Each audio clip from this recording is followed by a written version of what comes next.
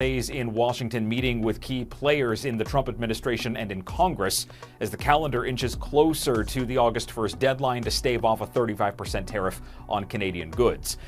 U.S. President Donald Trump says he has struck his biggest trade deal yet, and he's agreed to a trade framework with the European Union, announcing tariffs at 15% on European imports rather than the initial threat of 30%. 1/4 of America's steel supply just vanished overnight. In a single stroke, Canada effectively shut off its steel exports as soon as President Donald Trump suddenly doubled tariffs on imported metal to 50%. That one midnight move tore a multi-billion-dollar hole through Detroit's assembly lines before the morning coffee had even finished brewing. Pickup trucks, pipelines, even Pentagon projects are now scrambling for the raw steel plate that used to roll easily across the border. Before we begin, make sure to hit the like button. It helps us beat the YouTube algorithm. Ottawa's directive is simple: keep Canadian steel in Canada. The federal government is drastically cutting down how much steel can enter Canada without tariffs, forcing the country to rely on homegrown metal for its own projects. Prime Minister Mark Carney has vowed to clamp down on cheap foreign steel flooding in from overseas to protect domestic mills. Every coil of steel that Canada hoards for itself feeds its own billion-dollar green energy plants and future jobs north of the Great Lakes. But with each ton kept back, this trade war shifts into a higher gear, threatening to sling Washington's own protectionist shield right back toward Main Street, USA. Before we continue, make sure to hit the subscribe button. It really helps the channel grow. Does President Trump's America First strategy end up handing Canada the advantage in North America's supply chain? Stay tuned, because later on we will reveal a twist to this story. One that emerges when all that missing metal collides with a surge in global demand that no one can escape. That missing steel was no accident or logistical glitch. It was a deliberate retaliation. Just after midnight on June 4th, 2025, the White House invoked Section 232 national security powers and doubled tariffs on every foreign steel slab, hiking the duty from 25% to a crushing 50%. Canadian mills crunched the numbers and saw nothing but red ink.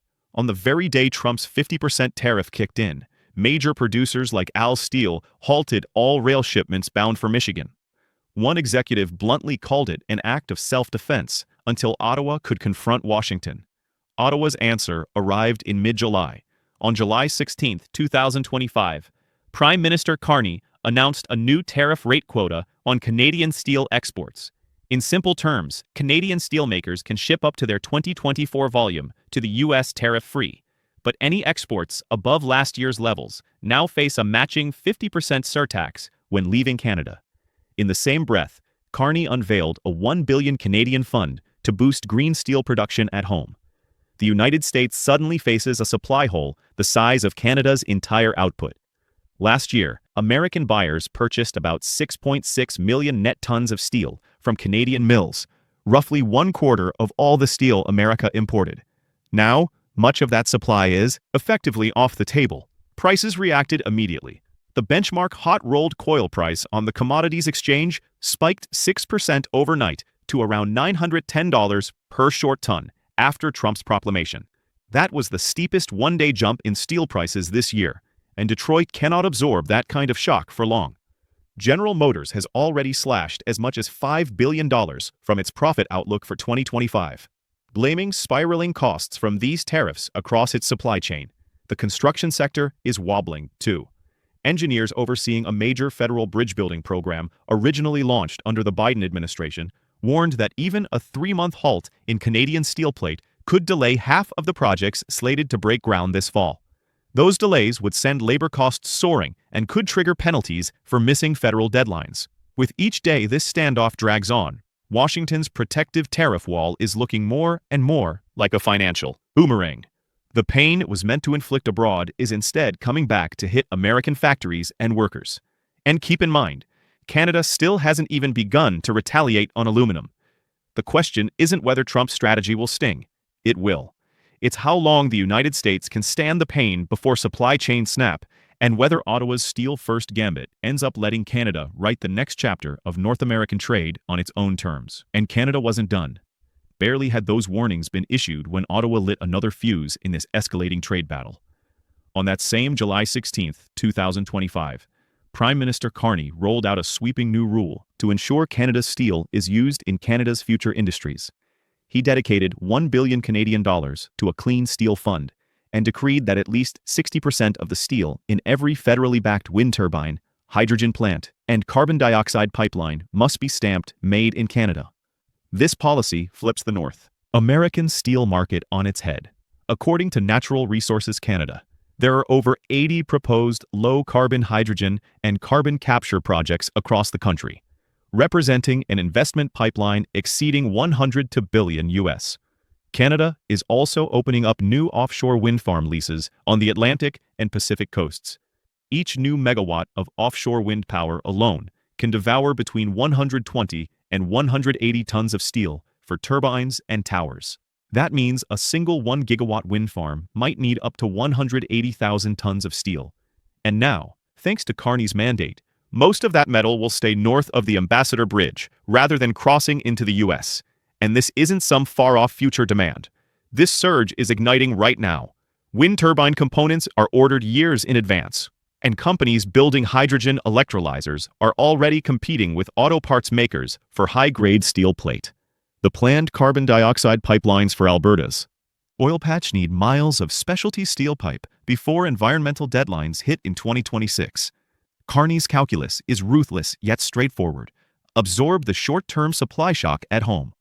Promise Canadians thousands of new green jobs, and let Trump's tariffs force American buyers to pay a premium, effectively making U.S. industry help bankroll Canada's green transition.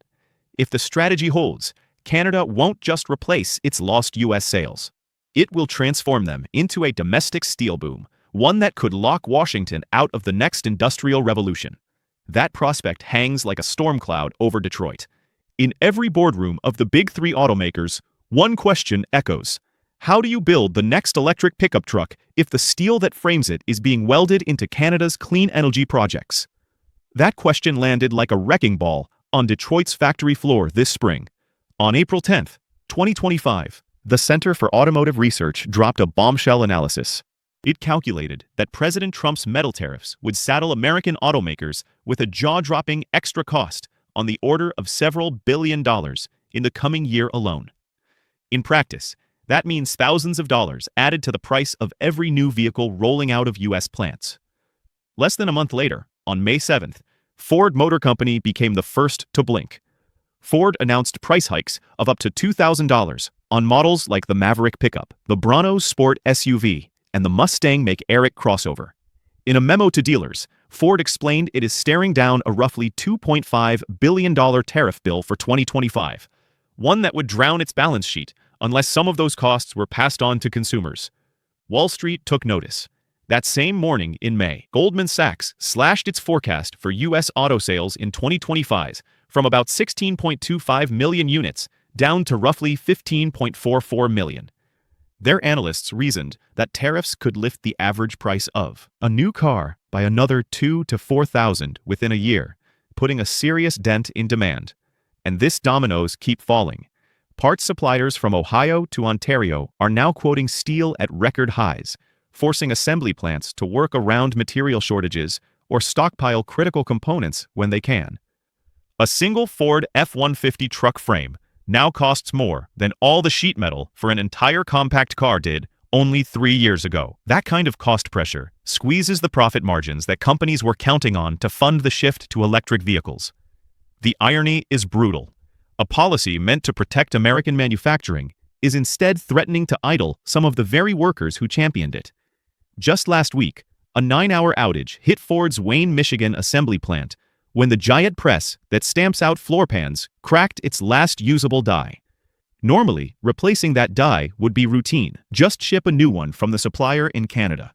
But that replacement tool is sitting in a warehouse in Hamilton, Ontario, effectively off limits unless someone is willing to pony up the 50% tariff to bring it over the border. General Motors is feeling the strain too. Insiders at GM warned that if hot-rolled steel stays above $1,000 a ton through the fall, at least 2 of the company's popular crossover SUV assembly lines will have to drop to a single shift.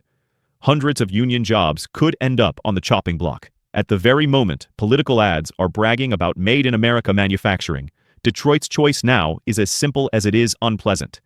Either swallow the higher steel costs and bleed away billions in profit, or jack up car prices and watch customers walk over to the used car lot. Either way, what began as a Washington trade policy has morphed into an extra bill for everyday Americans. And the meter on those costs is still ticking higher every day. Paradoxically, the pain in Detroit is opening a door for Ottawa, because the next chapter of this fight isn't being written in the foundry or the factory, but in the carbon accounting ledger. And right now, Canada holds the pen. Here's why that matters. Steel production quietly pumps out about 9% of all humanity's carbon dioxide emissions, making steel one of the dirtiest industries on the planet. The cleaner alternative is already known.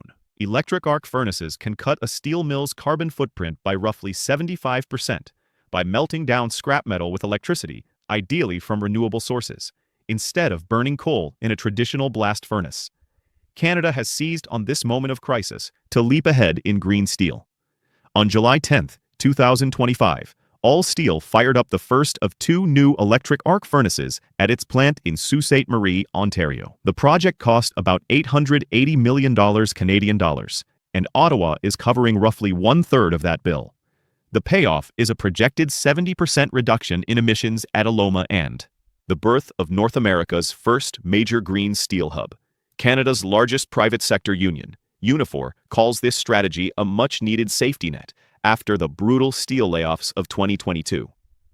The union is firmly backing the federal stance. They demand that Canada hold the line in trade negotiations until the U.S. drops its tariffs. And government policy is matching that rhetoric. The new Clean Steel Fund, those $1 billion Canadian dollars, offers grants and low-interest loans to help other mills switch from old blast furnaces to modern electric arc systems. Plus, as we mentioned, any big infrastructure or clean energy project getting federal funding in Canada must now use at least 60% domestically made steel. Just one offshore wind turbine can require up to 180 tons of steel. So a new wind farm of 1 gigawatt capacity could soak up more metal than Al Steel managed to sell to Detroit in the whole last quarter. And that wave of demand is about to land. Fast. Remember those dozens upon dozens of hydrogen and carbon capture projects on Canada's drawing board? Many of them aim for groundbreaking by 2026, just as these upgraded steel plants hit full capacity. Industry economists are saying this surge in homegrown demand could absorb practically every ton of steel that Canada might have sent to the United States. In other words, what looked like a loss of export business can be flipped into a full domestic boom. It's a bold gamble, but a calculated one. Canada gets to slash industrial emissions, create thousands of skilled jobs, and start selling the world premium low-carbon steel. Steel that American companies simply can't buy at home without swallowing Trump's 50% tariff. If the numbers play out, Canada's pivot to green steel won't just clean up smokestacks. It could rewrite the playbook on protectionism itself, turning Washington's tariff wall into the launchpad for Canada's next industrial revolution. All the while, another battle is brewing, not in mills or markets, but in the halls of international trade law. Canada's aggressive steel strategy sets the stage for a legal showdown in Geneva, where World Trade Organization lawyers will have to decide if Ottawa's Canada First quota is a legitimate shield or an illegal sword.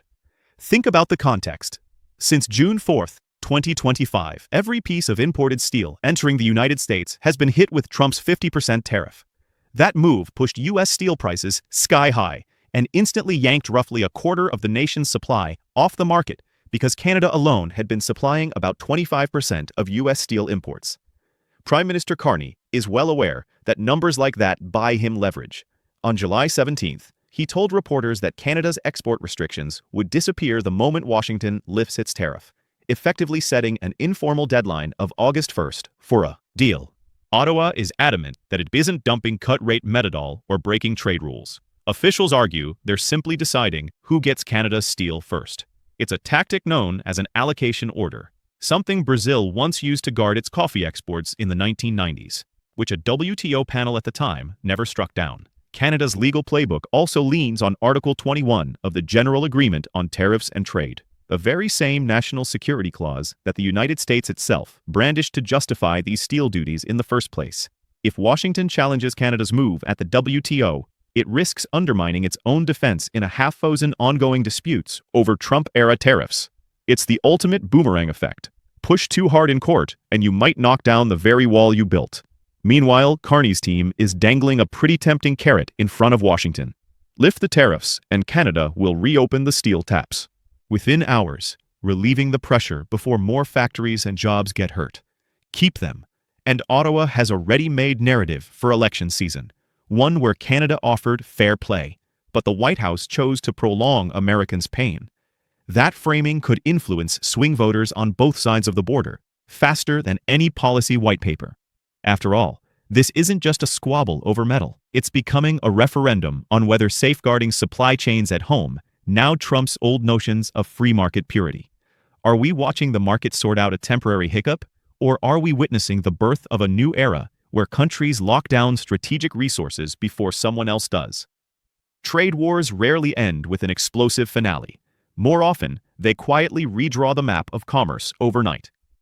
Canada has effectively turned these tariffs into a launchpad, stockpiling its raw coal at home and channeling it into homegrown wind farms and clean tech. Mega projects. South of the border, Detroit is hemorrhaging cash for every pickup truck frame it suddenly has to buy at tariff-inflated prices. If steel prices keep climbing, the America First barricade could end up costing U.S. businesses and consumers on the order of $20 billion in extra charges by Christmas. Yet the exit door is wide open. Washington Kausan could dial back the levy and let Canadian steel flow again, potentially well before Election Day. What happens next? Perhaps the White House will quietly trim that tariff, just enough to rescue American truck and car sales, all while Canada keeps its new steel lever tucked safely in its back pocket. Such a compromise could spare everyday Americans from sticker shock at the dealership, even as it locks in thousands of new clean energy jobs north of the border. It would be a delicate two-step, but one that might ripple through every supply chain on the continent. So, is this standoff just a passing storm or the dawn of a high-priced age of self-reliance? Either way, the next twist in this trade saga could strike sooner than anyone expects, possibly even before the ink on today's headlines has a chance to dry, and as the pressure builds, the timeline tightens. Ottawa has signaled August 1st as an unofficial deadline, an inflection point where diplomacy must either reset trade flows or give way to prolonged economic friction. With each passing day, the cost of inaction rises. American automakers are not the only ones watching. Energy developers, infrastructure planners, and even defense contractors are now recalculating budgets and timelines based on steel they may no longer receive. Canada, meanwhile, is wasting no time. The Clean Steel Fund is already dispersing grants, electric arc furnace retrofits are underway, and procurement contracts are being rewritten to align with new domestic content requirements. For every ton of steel with House Kea held from export, Ottawa is redirecting it into long-term national assets. Carbon pipelines in Alberta, wind farms off the coast of Nova Scotia, and electrolyzer arrays in Ontario. Canada is not just reacting to tariffs. It is retooling its entire industrial base around them. The geopolitical implications stretch far beyond North America. With steel supply tightening and clean tech demand accelerating globally, Canada is positioning itself as a premium supplier of low-emission materials. European nations grappling with their own decarbonization mandates are beginning to look toward Canadian green steel as a viable import alternative. In a few short months, Canada has gone from being a background player in the global steel market to a future-facing leader in sustainable manufacturing. This isn't just economic defense, it's strategic offense. Canada is effectively saying, if global supply chains are going to fragment, then let them fragment around us. By tying its steel supply to clean energy mandates, Ottawa creates captive demand at home while offering a competitive climate-aligned product abroad. The tariffs, rather than crippling the industry, have accelerated its transformation. Back in Washington, the calculus grows more complex by the week. On one side, there is political pressure to appear tough on trade and protective of American jobs. On the other, the costs of that protectionism are becoming harder to ignore. Rising sticker prices on vehicles, delays in infrastructure, and pressure from labor unions all point to one conclusion. The longer this standoff lasts, the more it hurts American voters. And with the election cycle in full swing, that pain becomes politically risky.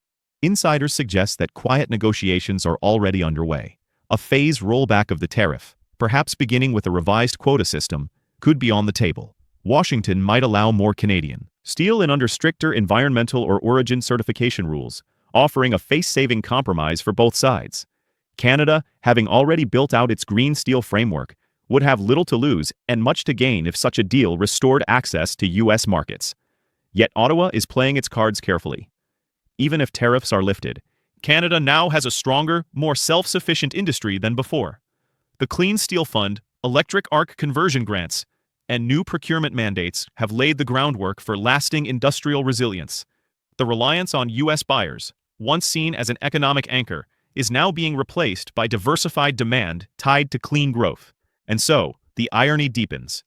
A tariff designed to protect one country's manufacturing base may end up fortifying another's. The very wall, meant to shield Detroit's assembly lines, may become the scaffold for Canada's next industrial ascent. What started as a steel spat has become a pivot point, one that could shape the continent's energy future, trade architecture, and industrial competitiveness for decades to come. The quiet transformation of the Canadian steel industry is more than a response to political pressure. It's a template, a model for how nations might navigate a world of fragmented supply chains, strategic resource control, and green industrial revolutions. And the stakes measured not just in tons of steel, but in jobs, emissions, and geopolitical influence. So while the headlines still focus on tariffs and retaliations, the real story is already unfolding in furnaces, foundries, and fabrication plants. In the north, green sparks are flying. In the south, the pressure is rising. And somewhere between the border checkpoints and the bargaining tables, the next chapter of North American trade is being forged, not with rhetoric, but with steel. Remember to hit like and subscribe. Thank you so much for watching. Your support means a lot.